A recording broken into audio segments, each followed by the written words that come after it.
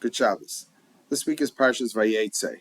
It's also the first day that there's a lull in fighting in Gaza, and just a couple of hours ago, the first 13 hostages were freed. And the Jewish people are facing very difficult times. And even in Chutz La'aretz, in the diaspora, we're starting to understand that anti-Semitism is still on the rise. I always like to have a positive attitude and think that anti-Semitism is fading into history. That which existed pre-World War II, and even not so long ago, all the enemies of Israel, there seems to be much more of an acceptance of Israel and Jews in general. But we might be proven wrong. The anti-Semitism that is rising to the surface now is something that we haven't seen in many, many years.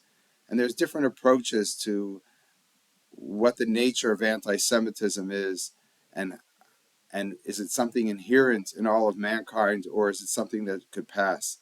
There are some who would say that anti-Semitism is something that will always be here. It always was, it always will be.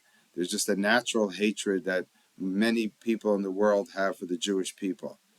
I don't like to think that way. I like to think that we could get past this, that people will come to the understanding and realization that there's a need for just general brotherhood in the world, and that includes everyone, including the Jewish people. And I know that's hotly debated. What I'd like to focus on today is what we do when there is a lull, or how do we deal with anti-Semitism when we're not just purely in survival mode. And part of the reason I'd like to speak about that today is this week's Parsha, and also it's the third Yahrzeit of my father, Rabbi Yitzchok Kerzner, Olav Shalom. And the connection is the following. Yaakov, in this week's Parsha, is running away from Esav. Esav has decided he wants to kill him, and we're going to have another time. At the end of the Parsha, Lavan wants to kill him also. Everybody is sort of out to get Yaakov. But what does Yaakov do in the time that he's running away from Esav, just escaping the murderous rage of his brother who wants to destroy him and his future? Vayachalam, he dreams, V'nei sulam mutzav, so there's a ladder planted in the ground, V'rosha hagia shemaima, and the top of the ladder reaches the heavens, and Yaakov dreams of angels, malachim olim v'yardabo, angels going up and down the ladder. V'Hashem nitzav, and God is there, and he speaks to him and promises him a future, that he will be paratz the yom of aked mitzafon of v'negba. He'll spread out over all of the land of Canaan. He'll be successful. So I think the lesson we have to learn from Yaakov is that when we're faced with anti-Semitism, when we're faced with oppression, we don't give up.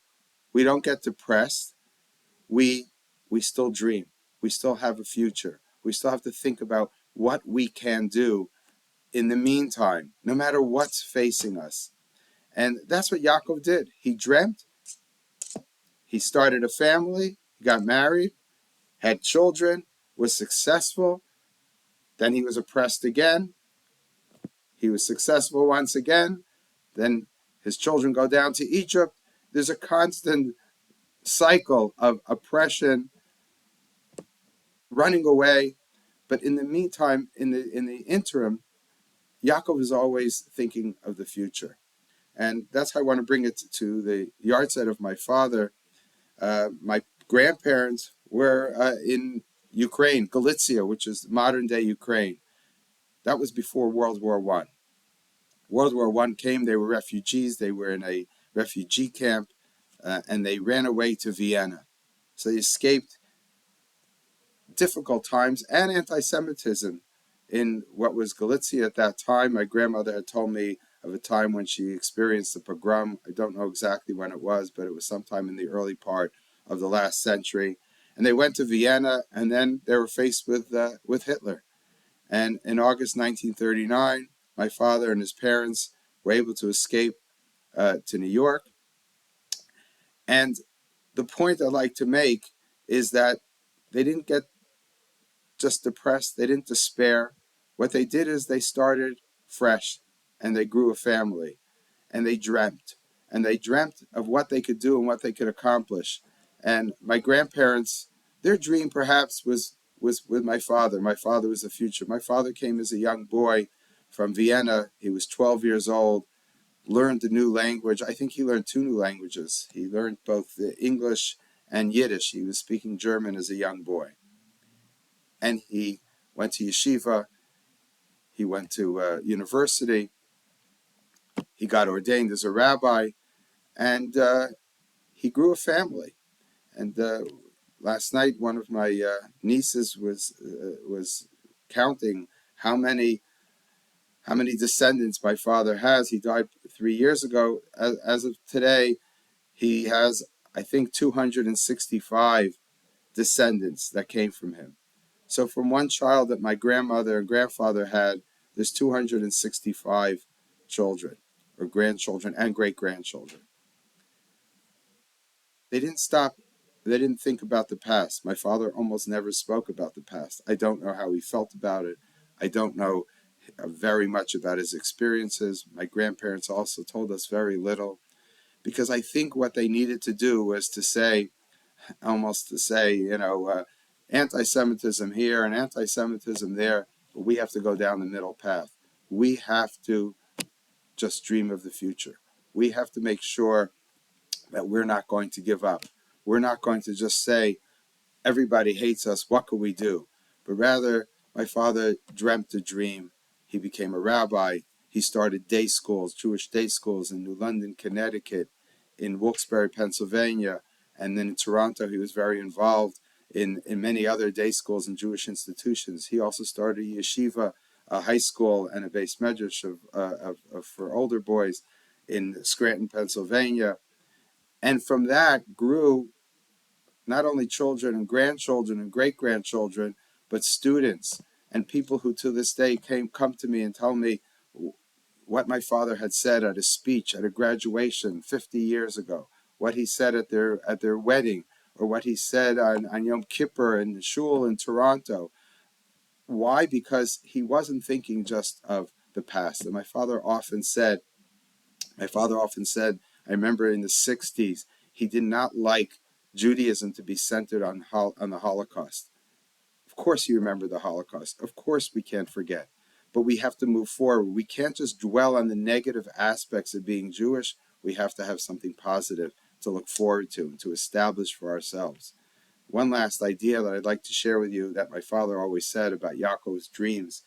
When Yaakov left the house of his father and mother, he was dreaming of angels, Olam v'Yardenbo, going up and down. He's speaking to God. When he leaves many years later from the house of Lavan, where he escapes to, he also has a dream. And then he's dreaming of sheep and goats being speckled and spotted. And that's a great dream because it gave him great wealth. But what my father always used to like to say was that Yaakov knew that he had to leave the house of Lavan when his dreams were now just about goats and sheep. Okay, it's necessary to make a living. It was important. Establish himself, grew. Of course, that's all very important. But the dreams we have to have are not just the dreams of material success. The dreams we have to have of our God, of angels, of aspirations on a spiritual level, on a moral level. We have to grow as human beings. And when he realized that his dreams were now not focused on that, he said it's time to leave the house of love and to go back. And hopefully we all leave with this message that we can never stop dreaming. We can never stop aspiring for a future. No matter what stage in life we are, there's always something that we could do more, and that we have to always have these beautiful dreams of the future. And hopefully, just as my father, although he's passed away, he has generations of children and grandchildren and great-grandchildren that follow in his path and hold him up as a model. We all as Jewish people have to realize that, yes, there's anti-Semitism. It's going to be here at least for a long time, but we can't stop. we have to still do what we have to do. We have to take the bull by its horns, take our responsibilities and our dreams, and hope for a better future. Good Shabbos.